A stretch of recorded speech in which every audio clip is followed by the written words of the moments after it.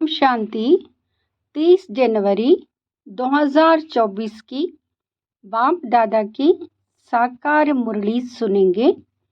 आज की मुरली में बाबा ने कहा, मीठे बच्चे, अब तुम्हारी सुनवाई होती है। बाप तुम्हें दुख से निकाल सुख में ले जाते हैं। अभी तुम सबकी वानप्रस्थ अवस्था है, वापस घर जाना है। प्रश्न: सदा योग युक्त रहने तथा श्रीमत पर चलने की आज्ञा बार बार हर बच्चे को क्यों मिलती है? उत्तर: क्योंकि अभी अंतिम विनाश का दृश्य सामने है। करोड़ों मनुष्य मरेंगे, नेचुरल कैलामिटीज होंगी।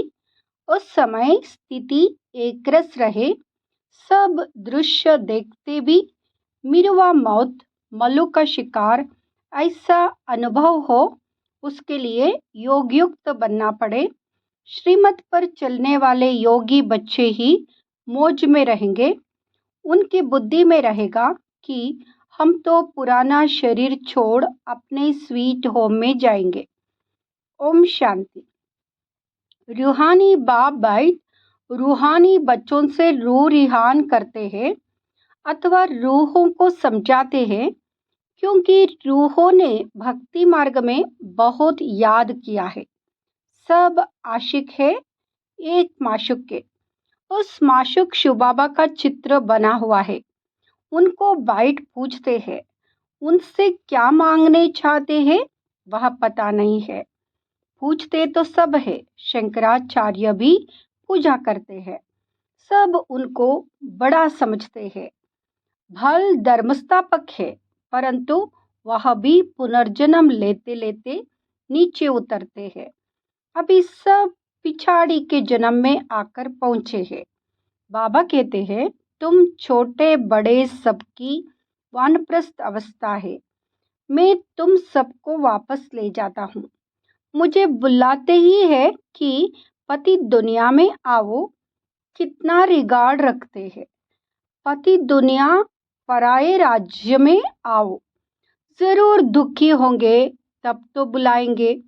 गाया जाता है, दुख हरता सुख करता, तो जरूर छी पुरानी दुनिया, पुराने शरीर में आना पड़े, वह भी तमोप्रधान शरीर में। सतोप्रधान दुनिया में मुझे कोई याद भी नहीं करता।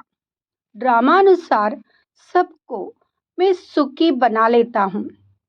बुद्धि से काम लेना है कि सतयुग में जरूर आदि सनातन देवी देवता धर्म होगा, और सत्संगों में तो सिर्फ शास्त्र पढ़ते पढ़ते नीचे उतरते जाते हैं।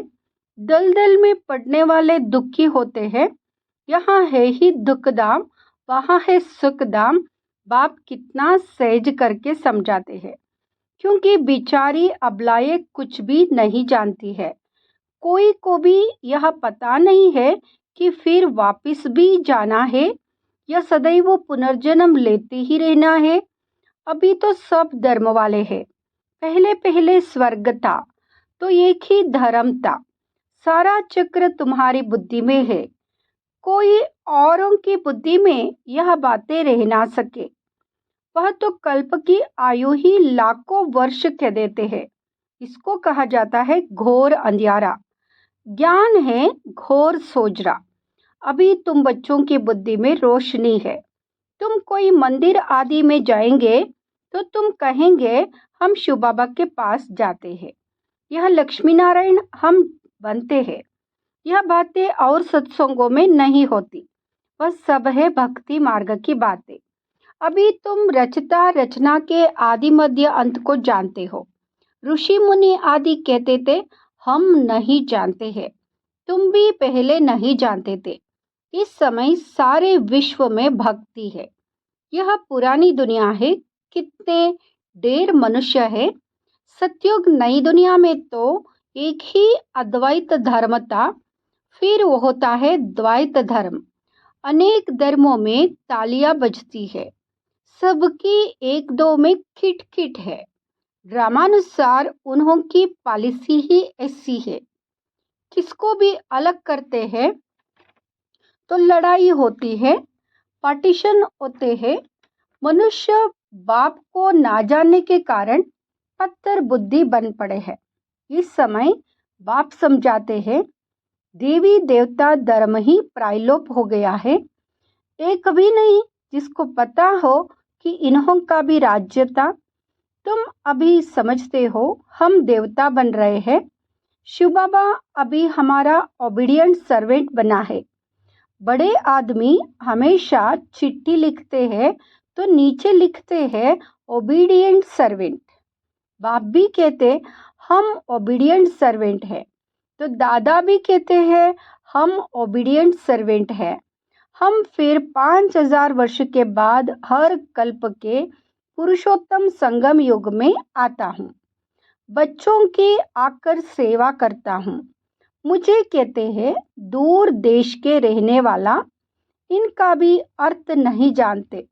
इतने शास्त्र आदि पढ़ते हैं परंतु अर्थ नहीं समझते।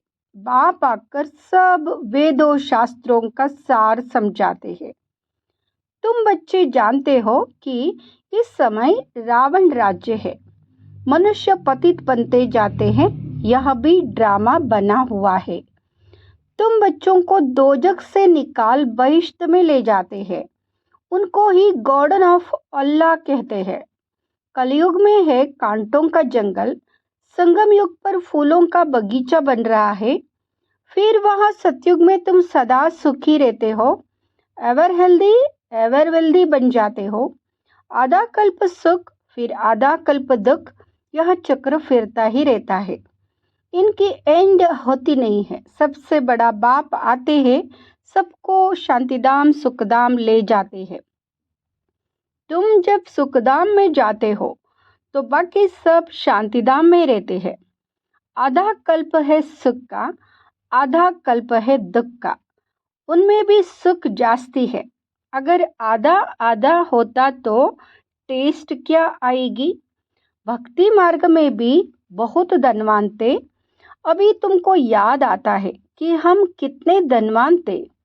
बहुत धनवान जब देवाला मारते हैं तो याद आता है कि हमारे पास क्या क्या था, कितना धन था। बाप समझाते हैं भारत साहूकार था, पैराडाइज था। अब देखो कितना गरीब है। गरीबों पर ही रहम पड़ता है। अब एकदम कंगाल बन पड़े हैं, भीख मांग रहे हैं। जो सॉल्वेंट थे अब इंसॉल्वेंट बन पड़े हैं। यह भी नाटक है। बाकी जो भी धर्म आते हैं वह बाय प्लॉट है। कितने धर्म के मनुष्य वृद्धि को पाते रहते हैं। भारतवासियों के ही 84 जन्म है। एक बच्चे ने और धर्मों का हिसाब किताब निकाल कर भेजा था, परंतु जास्ती इन बातों में जाने से कोई फायदा नहीं। यह भी वेस्ट ऑफ टाइम हुआ।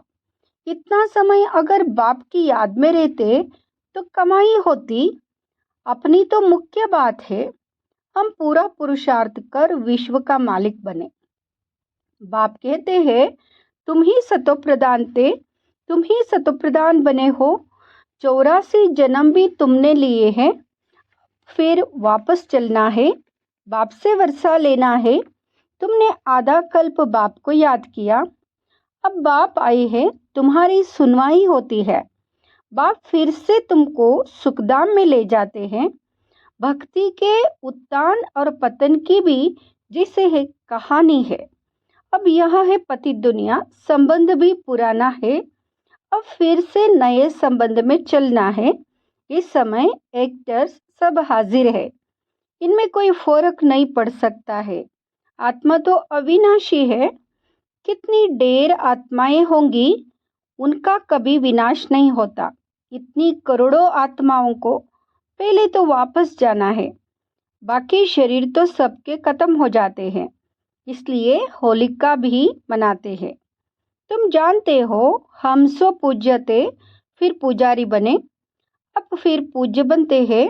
वह यह नॉलेज नहीं होगी, ना यह शास्त्र आदि होंगे, सब खत्म हो जाएंगे।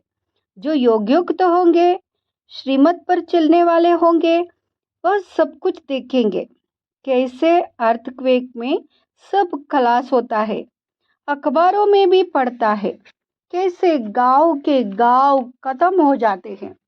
बॉम्बे पहले इतनी नहीं थी, समुद्र को सुखाया फिर समुद्र हो जाएगा। यह मकान आदि सब कुछ नहीं रहेगा। सतयुग में मीठे पानी पर महल होंगे, खारे पानी पर होते नहीं, तो यहाँ रहेंगे नहीं। एक ही उछल समुद्र की आई तो सब खत्म हो जाएंगे। बहुत उपद्रव होंगे, करोड़ों मनुष्य मरेंगे। अनाज कहाँ से आएगा? वो लोग भी समझते हैं आफतें आनी है।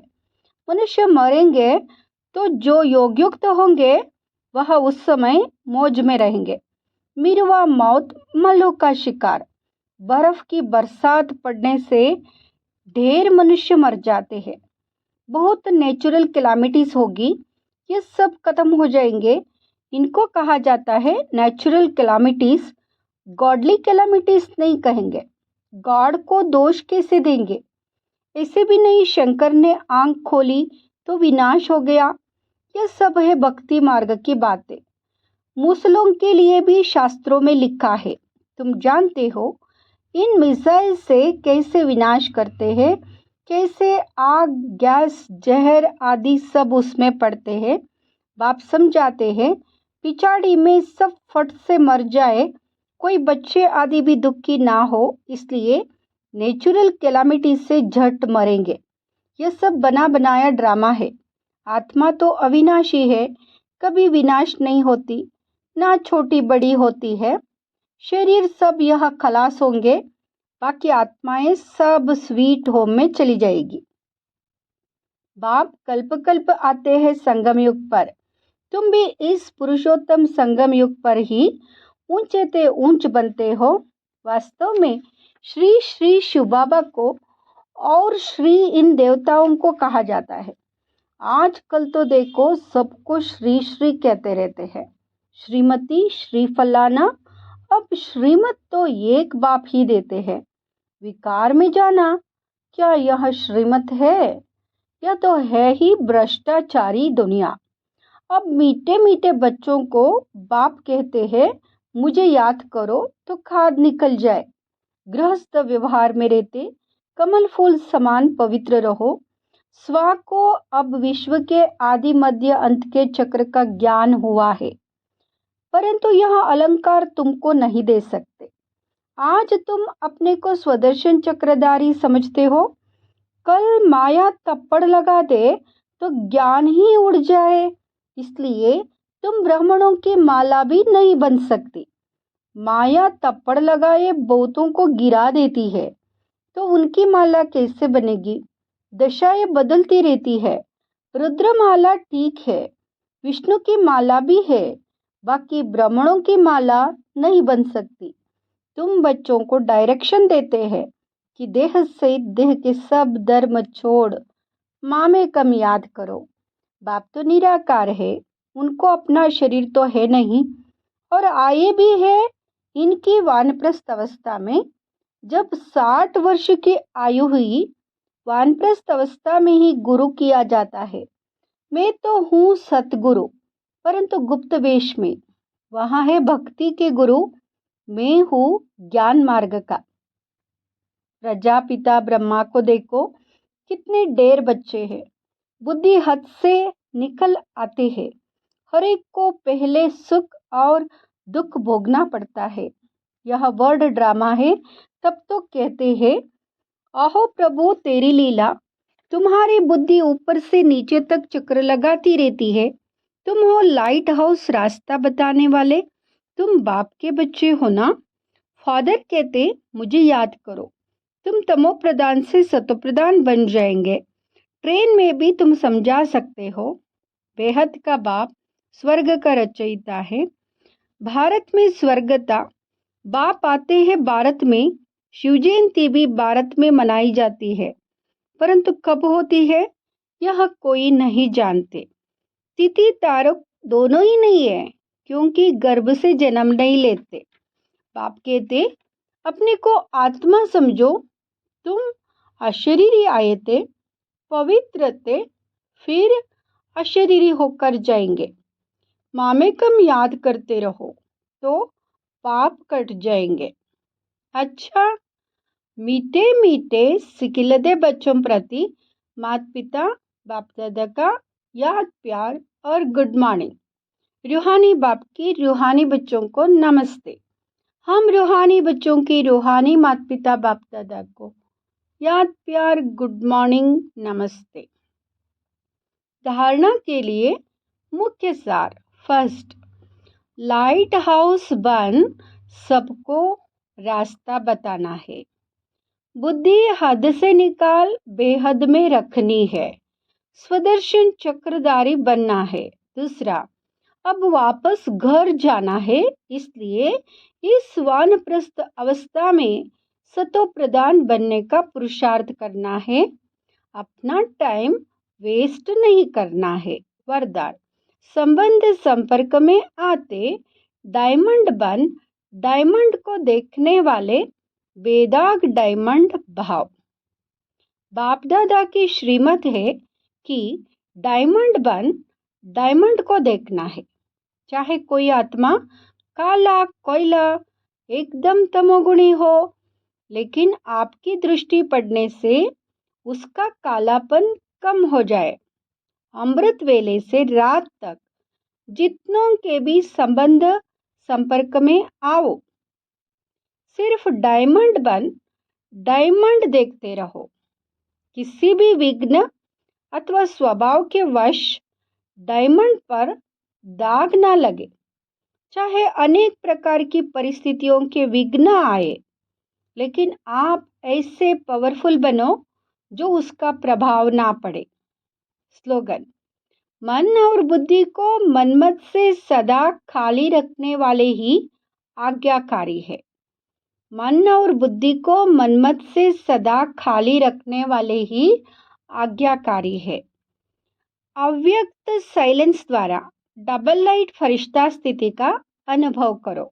जैसे अंतरिक्ष यान वाले ऊंचे होने के कारण सारे पृथ्वी के जहां के भी चित्र खींचने चाहे खींच सकते हैं।